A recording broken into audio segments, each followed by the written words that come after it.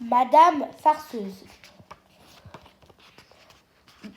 Madame Bonheur regarde par la fenêtre et pensa à toutes les catastrophes de la semaine. Il y en avait eu beaucoup, vraiment beaucoup. Quelques-unes des catastrophes n'étaient pas trop graves, comme les cordes de la raquette de tennis de Monsieur Grognon, transformée en spaghetti, et le dentifrice à menthe qui remplace la crème dans le gâteau de Monsieur Glouton.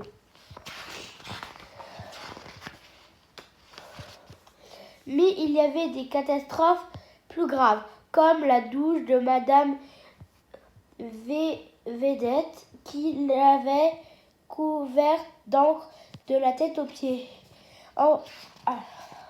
Et les fissures peintes sur les murs de la maison de Monsieur Inquiet. Il avait tellement peur que sa maison s'écroule qu'il s'est réfugié dans le cabanon au fond du jardin. Enfin, il y avait aussi des catastrophes vraiment catastrophiques. Quelqu'un avait scié en deux la voiture de Monsieur Étourdi. Heureusement, Monsieur Étourdi n'était pas trop inquiet. Il croyait simplement que l'autre moitié était restée à la maison. Quelqu'un s'était glissé dans la maison de Madame Proprette pendant qu'elle était en vacances et avait ouvert tous les robinets. Madame Proprette était très contrariée. Personne ne savait qu'il avait fait tout ça, mais Madame Bonheur avait sa petite idée. Madame Farceuse, dit-elle tout bas. Les farces de Madame Farceuse n'étaient pas drôles, vraiment pas drôles. En fait, pas drôles du tout. Comment pouvait-on la piéger? C'était la question que se posait Madame Bonheur. Puis elle a une idée, une très bonne idée. Le lendemain, sur la grande place, on annonça un concours du plus coquin ou de la plus coquine, de celui qui aurait fait la meilleure farce de la semaine. Le premier prix était un merveilleux voyage. Facile, se dit Madame Farceuse. Le merveilleux voyage est déjà pour moi. Le jour du concours arriva. À midi, une grande foule était rassemblée. Une scène avait été montée au milieu de la place. Madame Bonheur demanda le silence. Chaque concurrent expliqua. Viendra sur la scène et décrira sa meilleure farce, puis le jury annoncera le gagnant. On commence par Madame Farceuse. Madame Farceuse était impatiente de monter sur la scène. Elle était très excitée. Elle avait passé toute la nuit à choisir sa meilleure ou sa plus méchante farce. Mais elle avait eu du mal à se décider.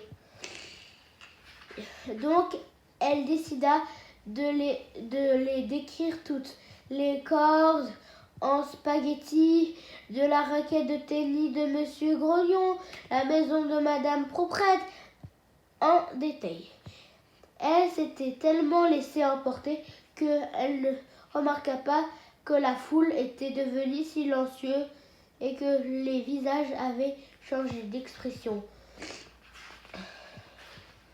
Madame Bonheur était la seule à avoir un sourire moqueur, et tout à coup, Madame Farceuse se rendit compte qu'elle s'était fait piéger.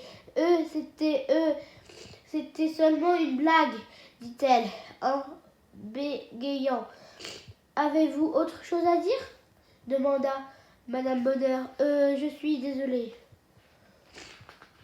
Ce fut une bonne leçon.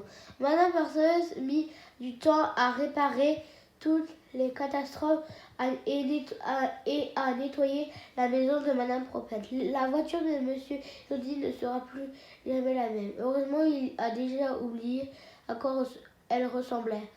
Madame Perceuse ne recommencera plus jamais.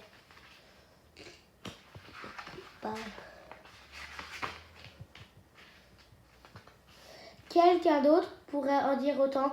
Monsieur Farceur, qui s'éloigna furtivement de la place et rentra discrètement chez lui, où il poussa un soupir de soulagement. Enfin, voilà. J'espère que ça vous a plu. Bon, j'avoue, je suis désolée, je suis pas la plus forte, c'est sûr. Mais j'espère que ça vous aura plu. Voilà. Donc encore une fois, c'est Madame Farceuse et voilà. J'espère que ça vous aura plu encore une fois. Et abonnez-vous s'il vous plaît sur ma chaîne.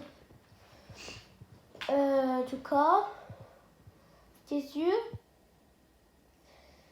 J'ai un truc à vous dire, enfin c'est cool. Merci les 40 abonnés. Bon, c'est pas beaucoup, mais c'est déjà très bien. Merci beaucoup. Ceux qui se sont abonnés, vous êtes les meilleurs.